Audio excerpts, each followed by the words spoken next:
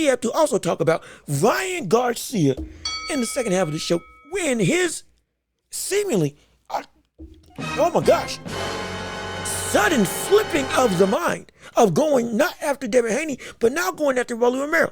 People are calling him a duck. People are saying that he's running away. People are saying that he's shrinking from the competition that's in front of him, and all of a sudden changing his tune, and again, is ducking the best opposition.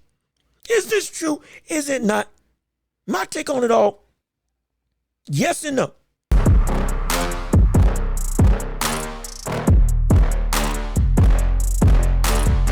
It is a duck. We have to call it that because of how fervently he was calling for that fight to happen after Oscar Duarte. How fervently he was calling out Devin Haney on Twitter and on all social medias. How hard he was trying to make this fight happen and how much he was calling out Devin Haney. All the smack talk, all the back and forth, all of that. He was doing it. That is irrefutable. And for to all of a sudden change your mind, yeah, wait a minute now. Hold on one second. What spurred this sudden change of opinion? We have to say, after all that rah-rah, to all of a sudden go in a different direction completely against Rolly Romero of all people, and no disrespect to Rolly Romero, but we know where he is as opposed to everybody else in that division. To all of a sudden switch gears and go after him, it brings a sense of, you were all talk. That's what it perceives to the outside world, to the public. That's the perception of everything. So in that respect, yes, it is a duck. Because seemingly, there's no good reason why you should have changed your mind. There isn't any. You've been routinely trying to call it the best of the best. We know you want to fight the best of the best. I don't care what any naysayer wants to say. All respect to Ryan Garcia. He has been taking on these challenges and been one of the few in the division that have been calling out consistently the biggest of the names. It is what it is. I don't care what you feel about him. That is irrefutable.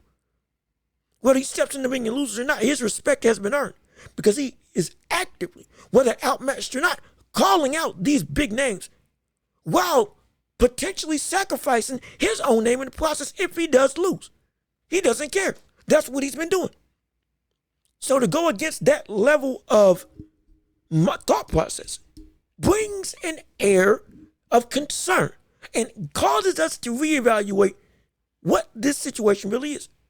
So we have to call it a duck in that respect. And he is avoiding opposition in that respect. But also no. Because remember, we talked about this before, I believe. And if not, again, first time hearing it. Ryan Garcia has been hanging out with Floyd Mayweather. Ryan Garcia has been more and more getting ingratiated with the good graces of TBE.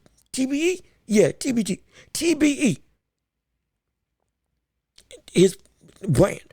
Not calling him the best ever. Never.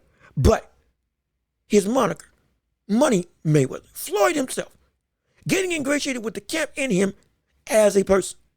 We've seen him training with Ryan Garcia. Running with Ryan Garcia. Jogging out and about. There is a relationship budding. Since that's the case, if this indeed is true, and if Ryan Garcia now is under Floyd Mayweather's wing, now we know that this move makes sense. Because it's the smart move. And Floyd's entire career, when he made the transition from pretty boy to money, that transition went from taking on all challengers to being smart. Still taking on all challengers, but being smart about it. And since he's being smart, there's no need in fighting Devin Haney right now. Go get a title from an opponent that is seen as very much lesser than all the other title holders. The easiest shot at becoming a champion at the division and not only building up your cachet, getting you more money, and making the big fights against other opponents even bigger, not just because you beat somebody that is known but is seen as lesser in Rolly Romero, but also you have a belt, they have a belt, unification belt. On top of it's Devin Haney versus Ryan Garcia. A tie-breaking event. Because they were 3-3 in the amateurs, if you did not know when they fought against each other. For the unified super lightweight title. This is great. At 140, this is phenomenal. This is exactly what makes the smart move so tantalizing. And it's what Floyd would do. Hence, if we see Ryan Garcia under that wing, the move makes sense. It is apropos for what that camp normally does. We saw it with Gervonta Tank Davis when he was under the tutelage of Floyd at that point in time. Got a belt. He, get credit to him. He faced off against Leo Santa Cruz. No disrespect there. But we did see, hey, there was some fight that should have been made that weren't made because they were building up the rapport and the foundational appeal of Gervonta Tank Davis. Now that he's out and about, boom. We still see him doing some of those tactics, some of those business decisions by Floyd Mayweather. He hasn't forgotten what this sport is. Sports a business. We still see semblances of that rubbing off on Gervonta Tank Davis, even now as he is his own man, not under the tutelage of anybody. We get this. And since that's the case, we have to surmise that this is why this move is being made. It's the smart decision to make a bigger fight and a bigger payday and a bigger event for Devin Haney when they actually do fight. Because they will fight. Don't get it twisted. They are going to fight. This fervor from Ryan Garcia hasn't waned in the slightest. And the very fact that he beat him in the amateurs 3 times makes this even more tantamount that he is confident that he can beat him because he's done it before. So it's not like he himself is scared. But it's a necessary duck for a bigger gain in his eyes. Again, the smart move. It's the smart decision.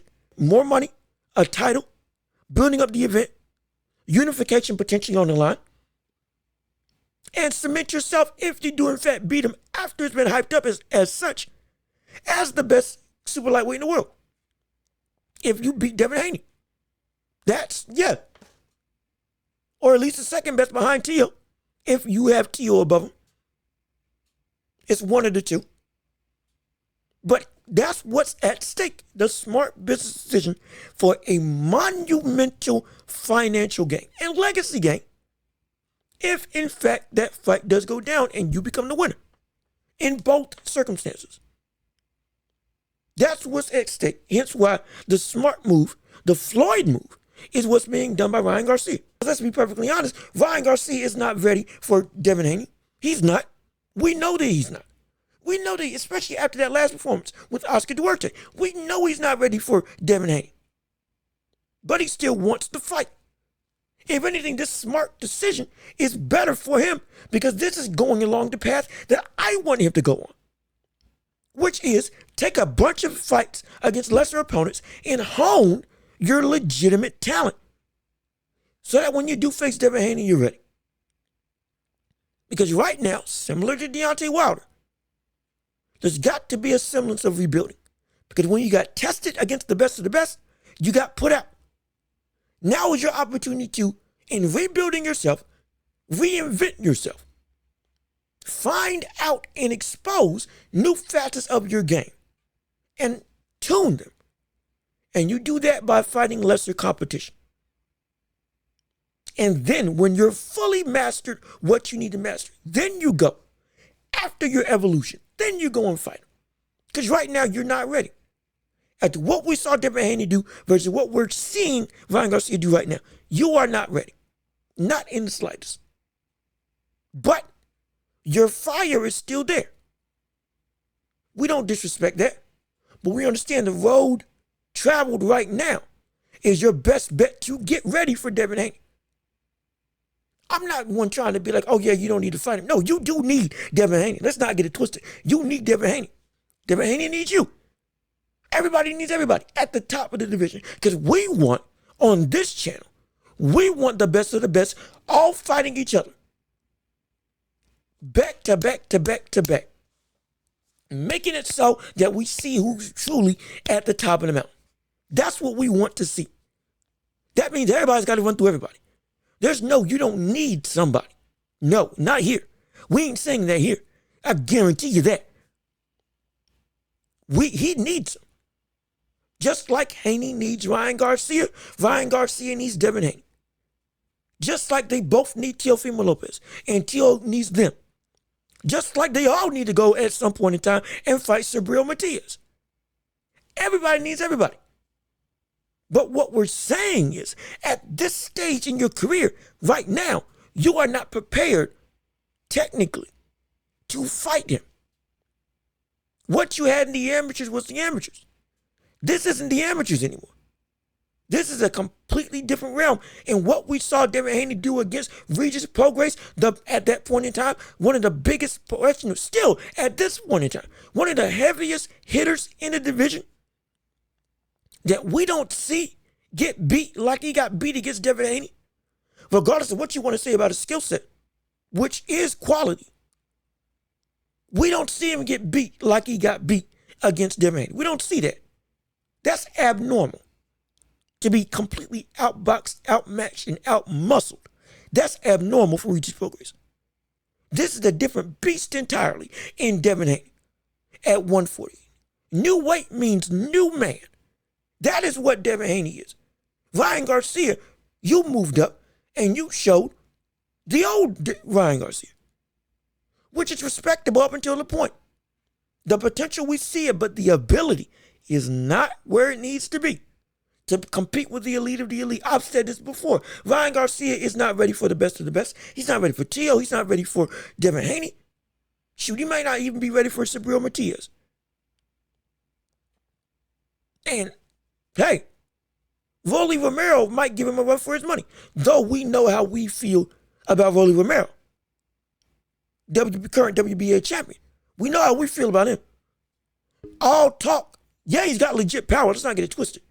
And he can be explosive. But he's definitely beatable. As we saw when he should have lost against Barrosos in that idiotic stoppage by Tony Weeks, who again had another seemingly terrible stoppage. We're getting off topic. Point being, when it comes to Ryan Garcia has an opportunity with going the Floyd route to not only make money, build up the fight, make a unification bout possible, potentially cement yourself as the best super lightweight in the world if you do in fact beat him, but also have an opportunity to make yourself legitimately ready to fight against Devin Haney. Because at this stage right now, you are nowhere close to ready. You don't want that. You don't.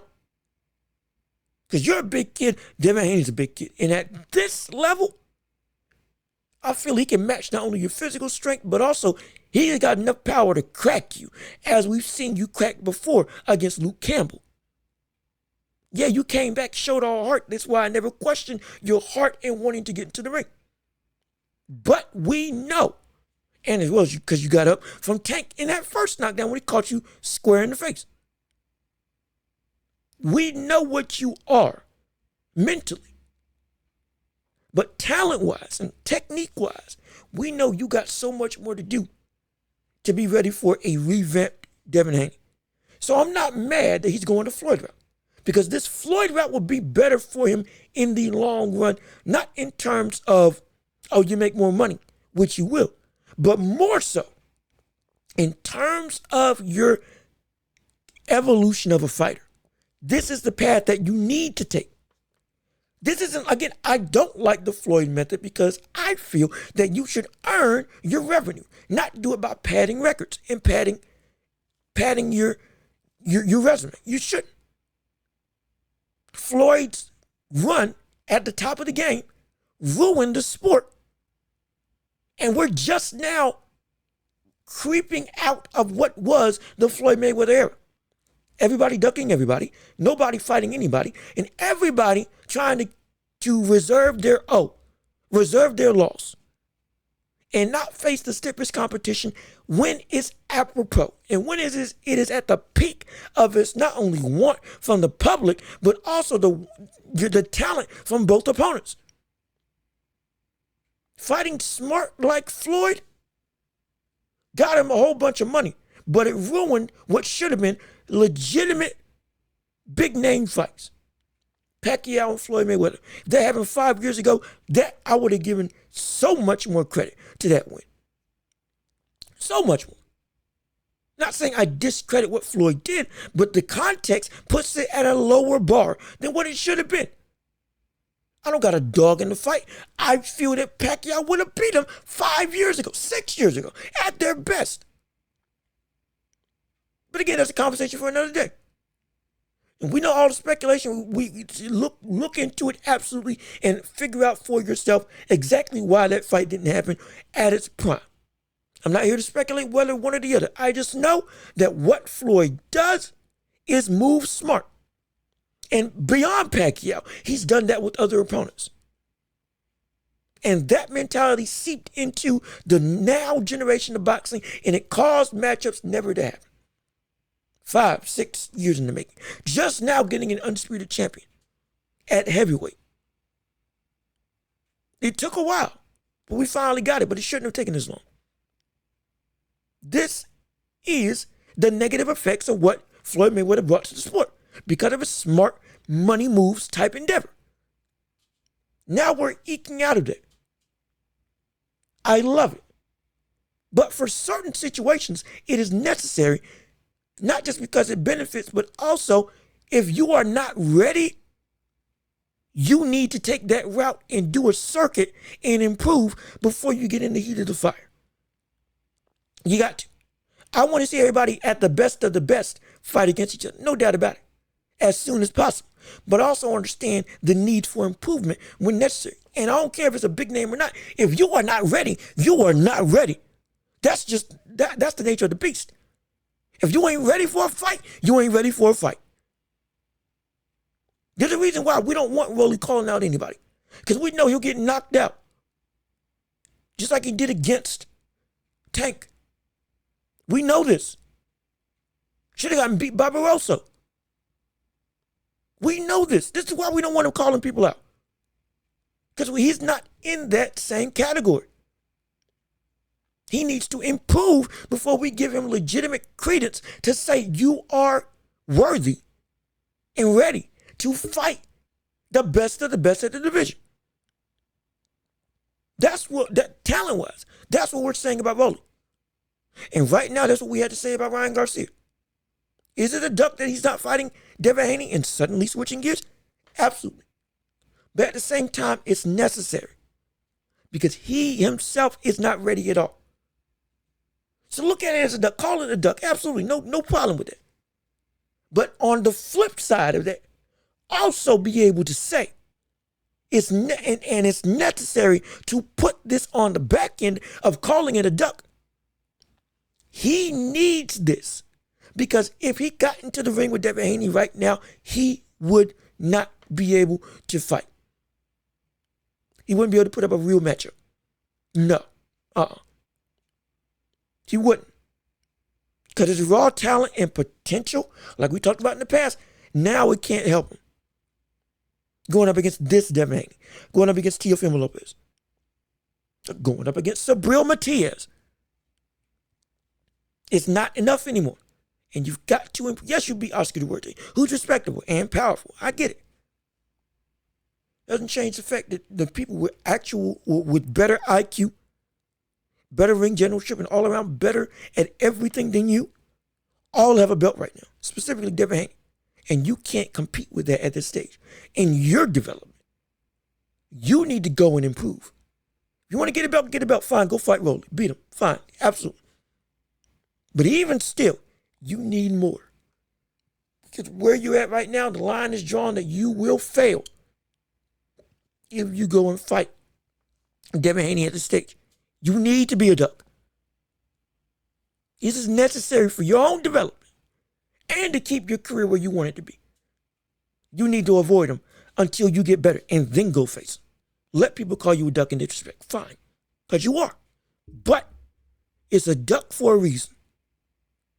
A real reason. Because you are not ready for Devin Haney. You're not. And since you're not, you've got to improve before that fight becomes not just a major event, but a reality that you can win.